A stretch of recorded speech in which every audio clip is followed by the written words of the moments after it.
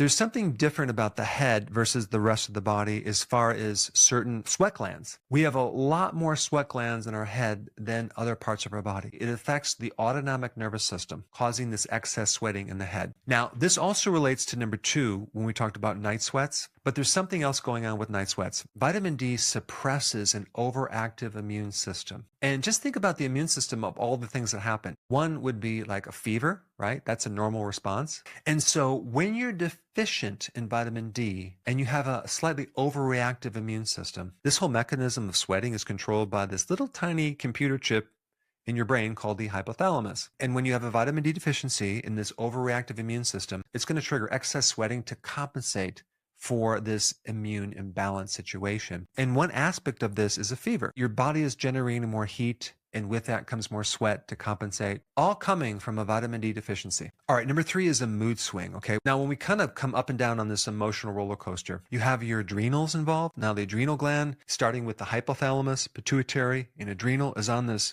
HPA axis, this circuit thing going on. But when you're vitamin D deficient, cortisol is going to go up. Now, I don't know if this is just because it's trying to help you get rid of inflammation. I don't know about that. But with a vitamin D deficiency, you're going to have a dysregulation of this cortisol pattern. And if you have too much cortisol, it's going to put you more in a different emotional state. Let's go to number 4, which is low motivation to do. In the brain, there is this little center. It's a tiny little nerve bundle. It's quite fascinating.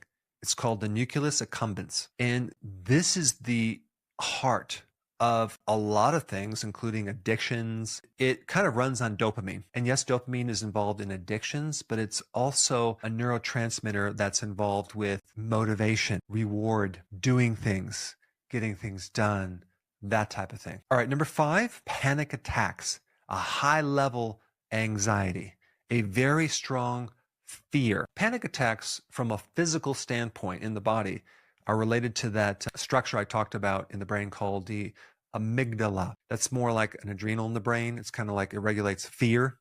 That needs vitamin D. We have several things going on. We have serotonin, which is kind of like a happy hormone. And so vitamin D is necessary to balance these two things. All right, number 6, achiness in the pelvis area and the lower back and the upper thigh muscle. Now, this relates to a condition called osteomalacia. Now, what is osteomalacia? That's a severe vitamin D deficiency that's affecting the calcium in the bone. Now, think about this. Vitamin D deficiency is the number 1 cause of osteomalacia.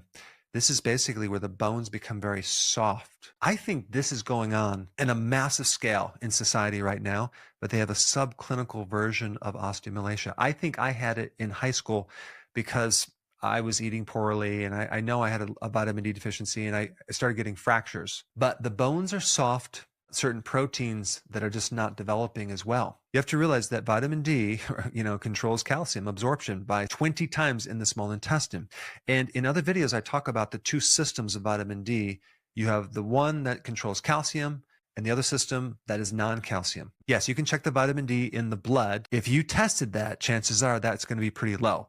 It's probably going to be 30 or less, in which case you just need to start taking vitamin D3. And I would take a lot of it. I would take at least 10,000 to 20,000 IUs per day until you can get your levels a little bit higher. For this bone problem,